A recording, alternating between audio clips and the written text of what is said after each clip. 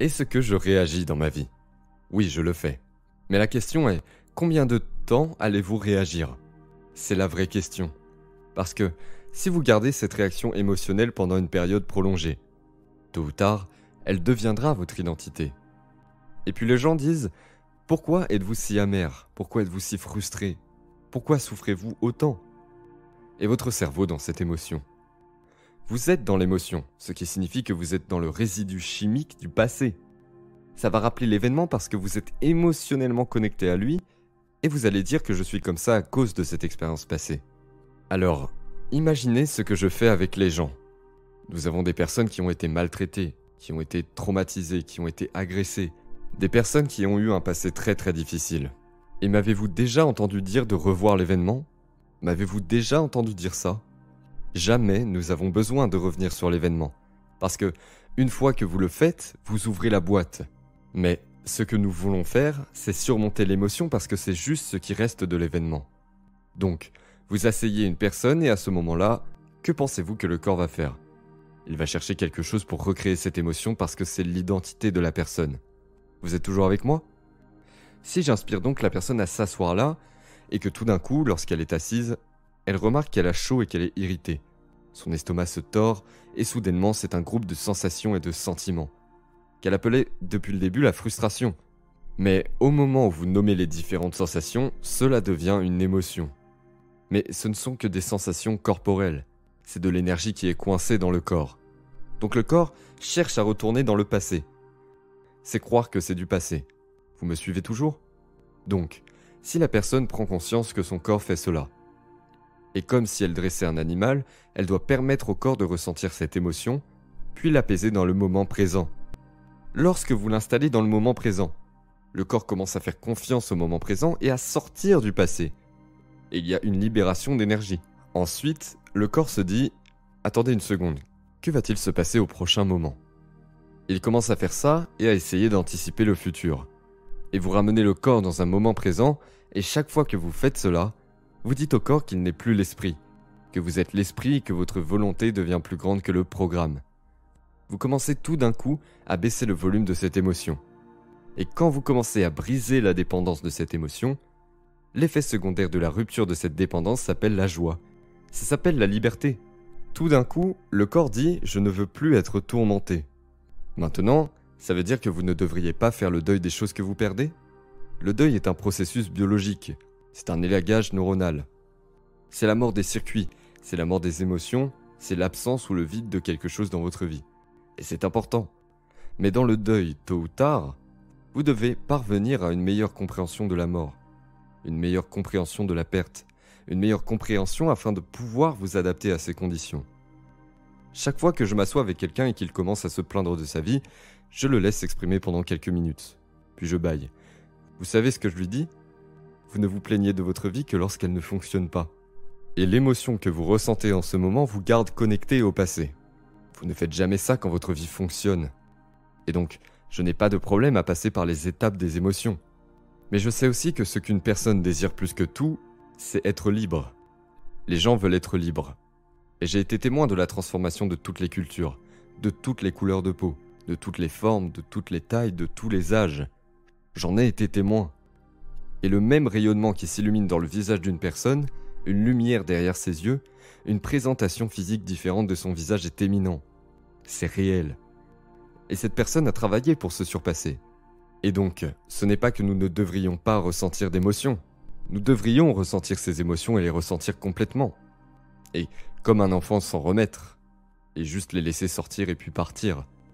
Lorsque nous avons vu des personnes analyser leur vie dans le cadre d'une émotion perturbante sur les scans cérébraux, encore et encore, nous avons vu leur cerveau s'empirer.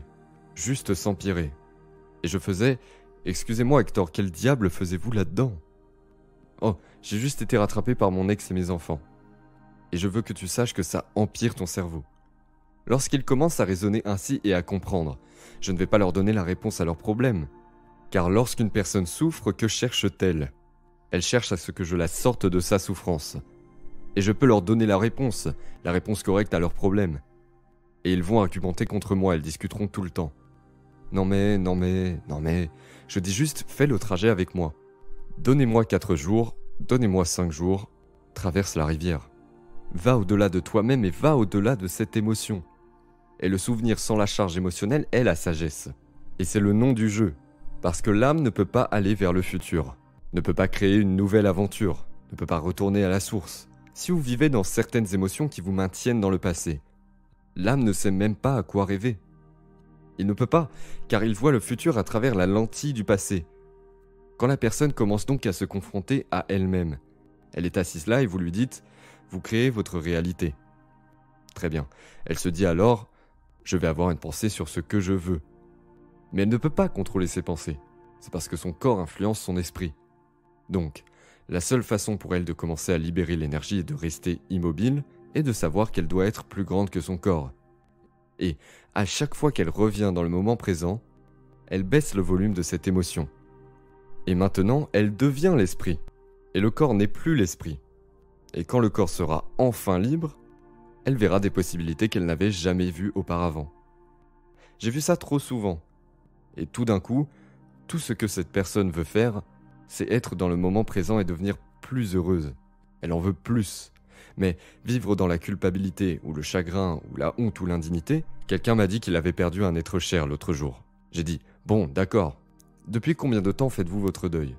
Oh, environ 1 an? Vraiment? Ok. Supposons que ce soit vous qui partiez et que vous regardiez la personne que vous aimez se morfondre pendant 1 an. Que lui diriez-vous au bout de 1 an si vous l'aimez vraiment? Remettez-vous-en et ayez une vie heureuse. Je m'en sors très bien, fais-toi plaisir. Tu m'aimes vraiment? Vis une vie heureuse. Ce serait la plus grande preuve d'amour l'un pour l'autre parce que si tu souffres, alors tu me rends les choses difficiles. Nous devons donc toujours mettre à jour nos versions de la réalité, car c'est la seule façon de nous adapter. Ne croyez pas tout ce que vous avez lu ou entendu. Ce n'est peut-être pas la vérité. Il y a toujours une vérité plus grande que vous et moi pouvons commencer à explorer. Il y a sûrement quelqu'un dans l'éternité qui a eu les mêmes problèmes que vous et moi, et qui les a dépassés, oui ou non? Alors, étudiez cette personne. Vous voulez être riche? Étudiez les gens riches. Ne vous contentez pas d'une panacée selon laquelle vous allez devenir riche. Lisez sur les gens riches et découvrez qu'ils ont tout perdu et ont échoué misérablement 2050 fois. Mais ce qu'ils avaient comme caractéristique, qualité dans leur personnalité, c'était la persévérance. Et ils continuaient à changer, à pardonner et à laisser le passé derrière eux. Et ils continuaient à avancer. Tôt ou tard, ils s'y sont heurtés. Et quand ils ont eu tout l'argent qu'ils voulaient, ce n'était jamais pour l'argent. Il s'agissait juste de se prouver à eux-mêmes qu'ils pouvaient le faire. Et vous et moi ne sommes pas différents de cela. Mais si vous ne pouvez pas créer un avenir à cause d'une émotion qui vous retient dans le passé, vous allez devoir vous confronter à cette émotion. Et quand vous vous asseyez et que votre corps a toutes les sensations physiques et qu'il devient vigilant, et qu'il veut se lever et bouger, et que vous allez juste bien, et vous le calmez et que vous travaillez avec lui, vous devez être d'accord avec moi que quelque chose de plus grand en vous est en train de sortir de ce corps. Quelque chose de plus grand en vous s'éveille. Et quand vous êtes capable de vraiment surmonter ces émotions, vous brisez la dépendance. Ne savez-vous pas que vous reviendrez dans votre vie et que vous ferez face à la personne qui vous a trahi? Et que vous verrez une partie de vous-même que vous étiez, dont vous n'êtes plus, et vous n'aurez rien d'autre que de l'amour pour cette personne. En fait, vous allez avoir de la compassion pour elle parce que vous allez réaliser à quel point elle est coincée et vous êtes libéré et libre. Le vrai pardon, c'est quand vous retirez votre attention de quelqu'un parce que vous avez surmonté l'émotion et cela lui donne la permission de se montrer différemment dans votre vie. Parce que vous vous êtes libéré et vous l'avez libéré.